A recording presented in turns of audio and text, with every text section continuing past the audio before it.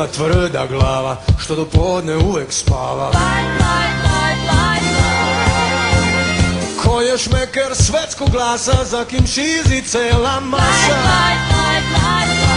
On je mudar, hrabar, vozi tako treba.